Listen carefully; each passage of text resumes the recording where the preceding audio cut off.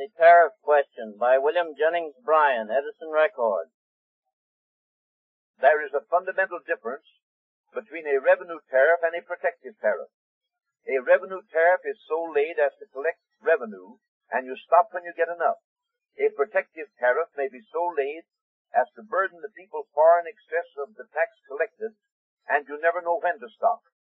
A protective tariff is framed by the beneficiaries, and experience has shown that they exaggerate their needs and disregard the interests of those who pay the taxes. The low tariff of 1846 was so satisfactory that when the Republican Party was organized 10 years later, the principle of protection was not mentioned in the platform. During the Civil War, the tariff was raised to secure revenue to carry on the war. But when the war closed, the high tariff was continued on the theory that the infant industries needed it until they could stand upon their feet.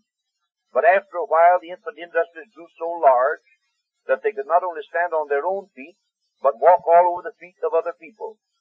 Then the protectionists declared that the tariff must be continued as a permanent thing, but that it should only be high enough to cover the difference in the cost of production here and abroad.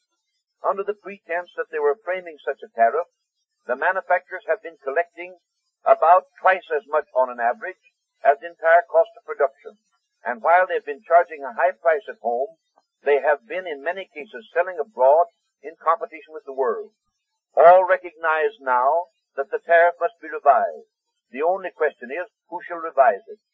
Our answer is that tariff revision must come from those who have suffered, not from those who have profited by the high tariff.